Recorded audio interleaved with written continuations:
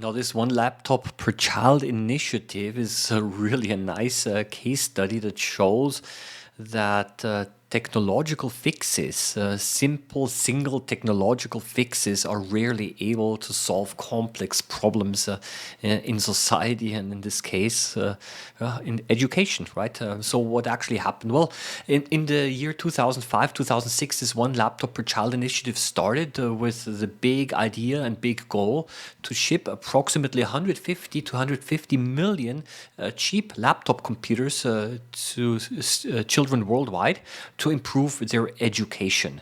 The goals were really high in the sense that these computers should improve not only digital literacy but also reading and especially also math. And essentially, of the 150 million, only around 3 million laptop computers were actually delivered to 40 countries around the world. It's still a pretty large number. And in Uruguay, in South America, for example, it even became a government program.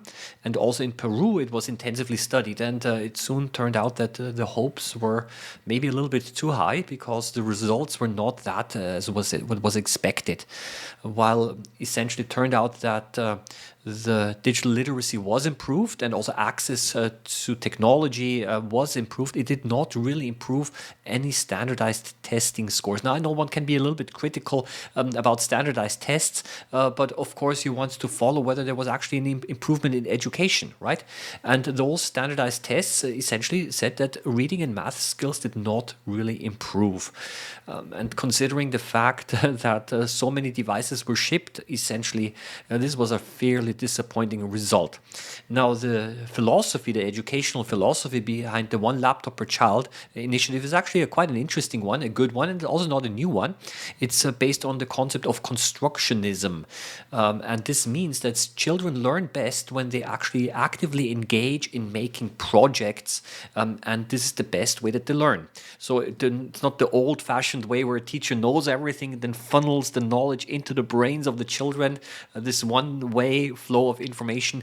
That's not how children learn best. It's said, but by actually becoming active and engaging in making projects. And this did not happen, right? And the question is now why is that? And one of the reasons is that essentially the whole educational system does not change simply by introducing individual pieces of technology. It's almost like saying, okay, let's give a pen to a child, and the child will then start to teach him or herself how to write on his or herself. I mean, we all know that this doesn't work. Well, in summary, the computers, the laptops were introduced far too quickly and faster than that the educational system could keep up with. And essentially, there are following three problems. The teachers, as a consequence, only used the laptops very inconsistently in the classroom. This is also probably due to the fact that the curriculum were not adapted and did not change, and there was also a lack of support infrastructure.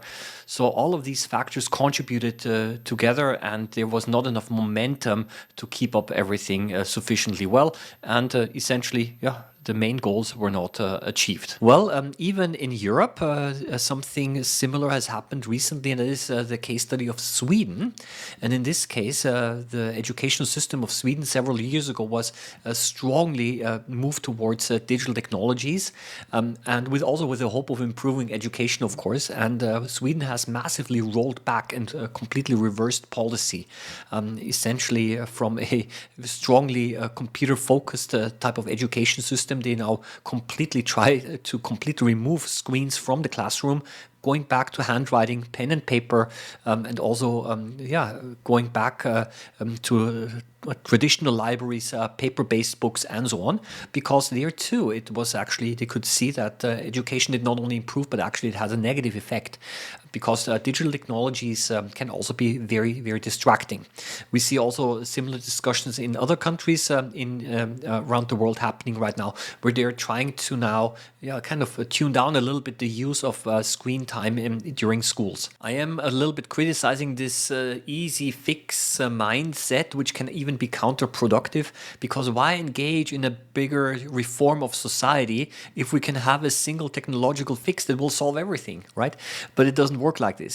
Societies, as we all know, are complex, dynamic systems, always changing with countless variables that are somehow interacting with each other.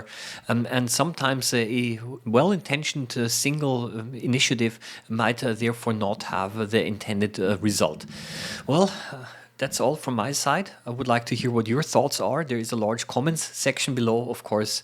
I'm Oliver, and have a nice day.